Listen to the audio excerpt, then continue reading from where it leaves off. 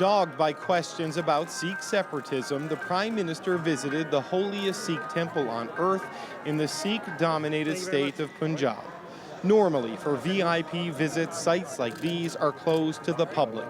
But that doesn't happen at the Golden Temple, which runs a kitchen that feeds tens of thousands each day. So people linked arms to make a path.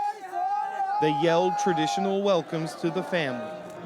And with heads covered and feet bared, the Trudeaus paid their respects. Justin Trudeau had always intended to visit the Golden Temple. That was announced the minute he said he was coming to India. What wasn't planned was a meeting with the Indian politician who has accused his senior Sikh cabinet ministers of being sympathetic to Sikh separatism. But when that controversy wouldn't go away, the Prime Minister reached out for a meeting that will happen right after he leaves this holy site.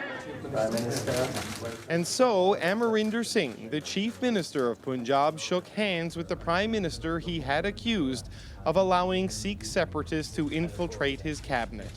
And then with Harjit Sajjan, the Defense Minister he famously snubbed here in India last year.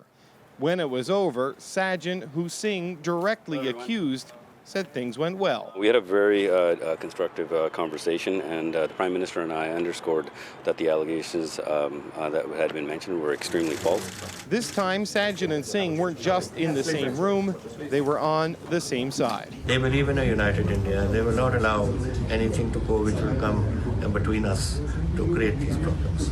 Canada's official position remains that it supports a united India, but it supports the free speech rights of people who peacefully advocate for an independent Sikh homeland. We recognize that there had been misunderstandings and strong words in the past. I was pleased to be able to make very, very clear that Canada supports one united India and that we are unanimous as a government. An important clearing of the air for our Prime Minister seeking deeper ties with India.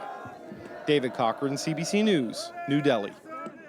So just as the Prime Minister tries to assure Indian leaders that he rejects violent extremism, CBC News has learned a former member of an illegal Sikh separatist group has been invited to dine with Justin Trudeau and has even posed for photos with his wife. Terry Milewski is breaking this story for us tonight from Ottawa. So Terry, how did a man with that kind of background get so close to the Prime Minister's wife and potentially to the Prime Minister himself? Well, Andrew, it is an extremely unusual event to come across a photo of Sophie Gregoire Trudeau posing with a man with an attempted murder conviction who's a former member of a Sikh extremist group that is banned as a terrorist organization. But the picture taken in Mumbai yesterday shows the PM's wife with Jaspal Atwal, who was convicted in 1986 of the attempted assassination of an Indian cabinet minister who was visiting Vancouver Island. Atwal did serve time in prison for that, and he later had another run-in with the law over an insurance fraud. He also paused yesterday with the infrastructure minister, Amarinder Singh, among others. Even more remarkable is that he obtained an invitation from Canada's High Commissioner to a reception for the Prime Minister tomorrow night in New Delhi. So, Terry, how did this happen, and is he still going to the reception? Well, he's apparently not going because the invitation was suddenly withdrawn after CBC News asked the Prime Minister's office, your question, how this happened. A speedy response said this: the High Commission is in the process of rescinding Mr. Atwal's invitation. But the PMO did not comment on the security arrangements, on whether this just fell through the cracks or what. But it's even more remarkable since the Prime Minister is trying hard to convince his Indian host that Canada is not a soft touch for extremists in the Sikh separatist movement.